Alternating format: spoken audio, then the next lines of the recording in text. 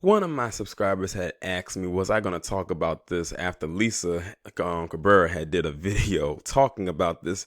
I didn't respond back because in my mind, I had already made my mind up that I was going to do it, especially after some of the stuff I've seen today, but I'm going to get into that. So this picture right here is of a palm colored supremacist rally. That was not recent, of course. It couldn't have been recent. It didn't happen this year because of everything that's going on. But if you look at the person who has the red circle around their head, that is none other than Gregory McMichael, one of the two inbred hillbillies that killed Ahmaud Arbery back in February. Now, what's very interesting about this, and this goes back to the part where I was saying that this is not recent, it's because it's not. This picture was taken at a rally that happened back in 2016. We're talking 4 years ago. Now, what's very interesting about this is back in 2016, Gregory McMichael was still working for the police department. If y'all remember, he retired last year in 2019. So that begs the question, how many other black people did he terrorize in his lifetime while being a cop? Because apparently we see where his allegiance lied. Like we've always said, when they hung those hoods up, those bed sheets, those drapes, those robes, they traded all of that in to wear a police uniform, to wear a judge's robe, to dress up and be a lawyer or a doctor or whoever, to blend in better with society. But he's not blending in too well right here. Like they say, the internet is undefeated, and whatever's out there on the internet is out there forever. Now, what's interesting is, and I mentioned this in a previous video, is that they're saying that there are not going to be any hate crime charges brought up against them in the murder of Ahmaud Arbery.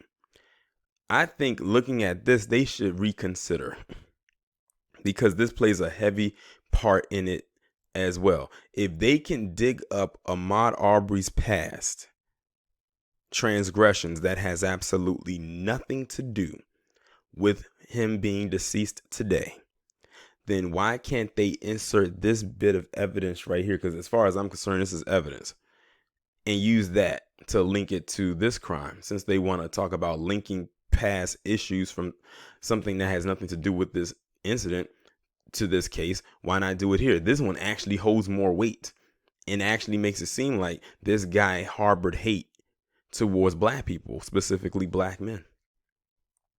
Now you're going to have some of their trailer park inbred hick individuals out there that's going to say that this isn't real, that this is doctored.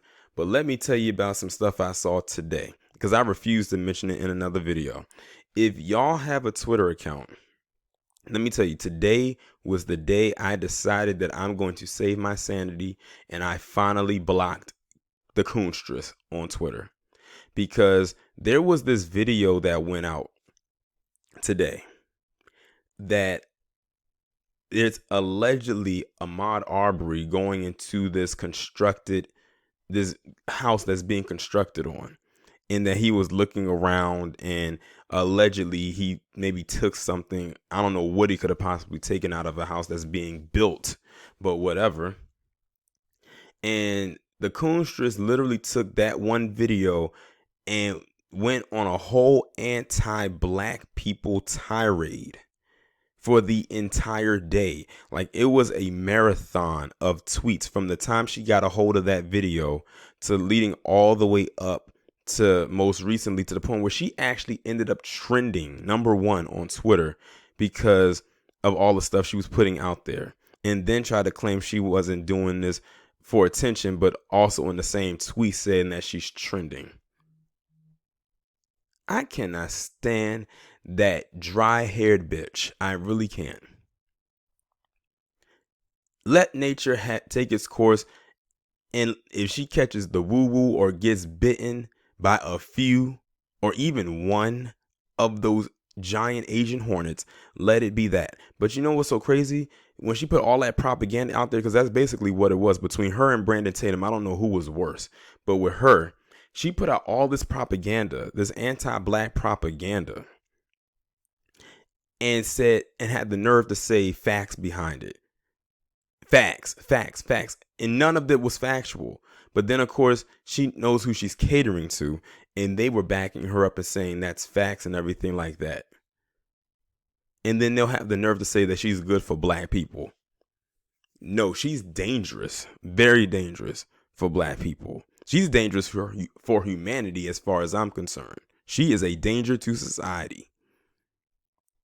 Now, we have this picture right here that is clearly Gregory McMichael.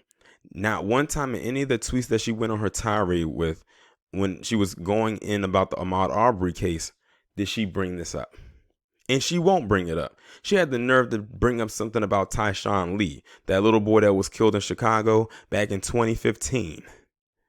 And try to say that we didn't care about it or didn't bring it up. Meanwhile, she didn't care about it until last year, 4 years after the fact. See, she only brings stuff up when it's convenient for her to push towards her audience.